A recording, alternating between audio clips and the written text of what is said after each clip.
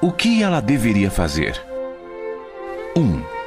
Crer que o Evangelho não está em disputa com as religiões do mundo, nem tampouco pretende ser uma delas.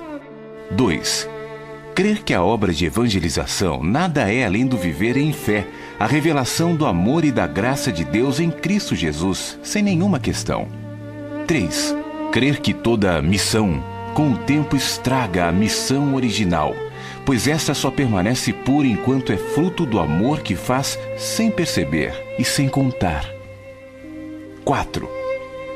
Crer que ela, a igreja, não é a juíza dos homens, nem a mantenedora dos bons costumes, mas a propagadora da palavra que a atingiu como boa nova, a saber, que Deus estava em Cristo reconciliando consigo mesmo o mundo e não imputando aos homens as suas transgressões.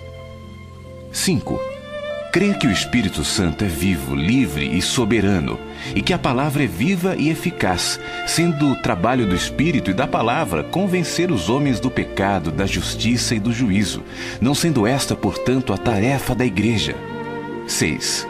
Crer que ela é a comunidade dos que foram chamados nos becos, vielas e antros da terra, conforme a parábola de Jesus. Isso porque os filhos de Abraão, segundo a carne, não se acharam dignificados pelo convite. E portanto dela se espera que aceite o convite, que se vista com as vestes da justiça da fé e que não questione a presença de ninguém nas bodas do Cordeiro. 7. Crer que por uma questão de ordem histórica e funcional a igreja se mostra como igreja e que é parte do movimento de cura desta buscar ser sempre aquela. 8.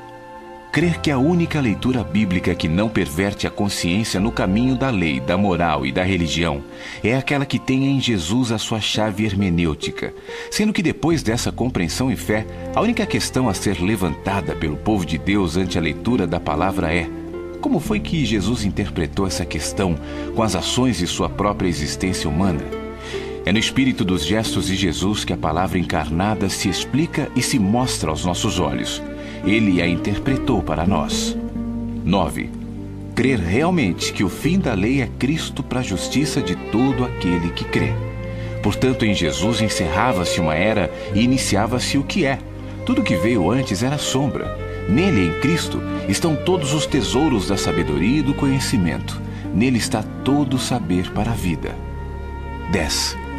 Crer que é impossível renovar para arrependimento quem um dia disse que em Jesus toda a lei se cumprira, que toda a justiça se fizera em favor dos homens, que tudo que houve antes tivera em Cristo seu cumprimento e totalização, mas mesmo tendo dito isto, insiste em pregar ao povo um caminho quase de Cristo. Sim, a esses que já foram iluminados pela consciência da graça de Deus em Cristo e dela caíram, rendendo-se aos legalismos e às doutrinas de homens, a esses é impossível renovar para arrependimento, visto que depois de terem crido em Jesus, tudo está consumado. Voltaram atrás e puseram pesados e falsos julgos de opressão sobre os filhos dos homens.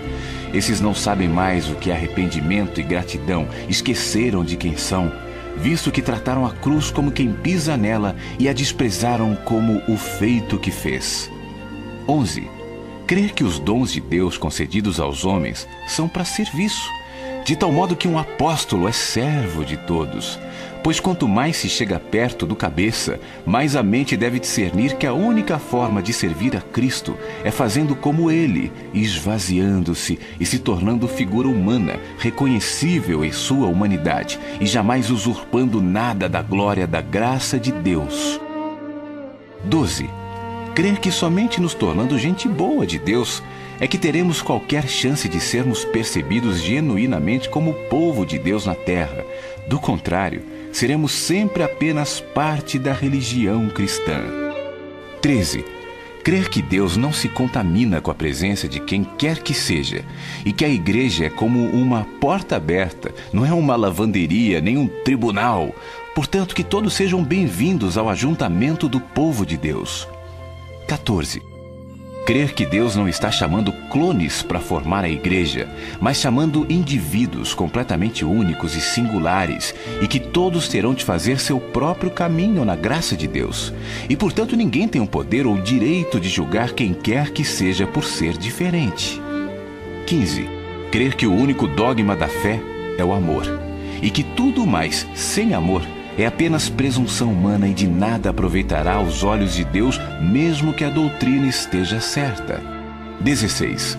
Crer que a apostasia da igreja não vem em formas, mas em conteúdos. E a grande apostasia nunca será sobretudo comportamental, mas confessional, pois admite-se que todo homem é pecador e erra, pecar não lhe é algo alienígena. A palavra de Deus, porém, é perfeita, por isso, falsificá-la, negando a graça de Deus realizada e consumada em favor de todos os homens, é desvio da fé e a grande apostasia. 17.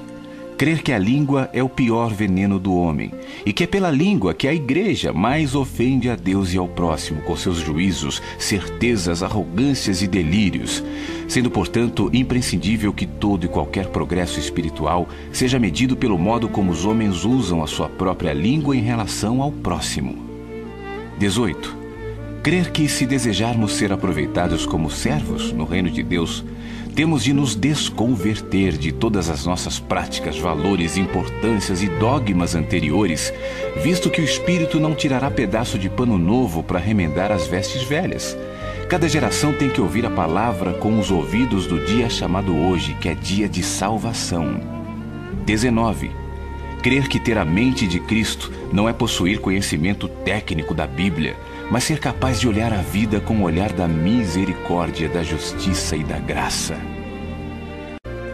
Se começássemos por aqui, já veríamos os milagres terem início, e haveria paz entre nós mesmos, por mais diferentes que fôssemos, pois jamais haveria forma alguma que sobrepujasse a força do conteúdo do Evangelho da Graça, o qual ungiria o ser de todos os irmãos na fé.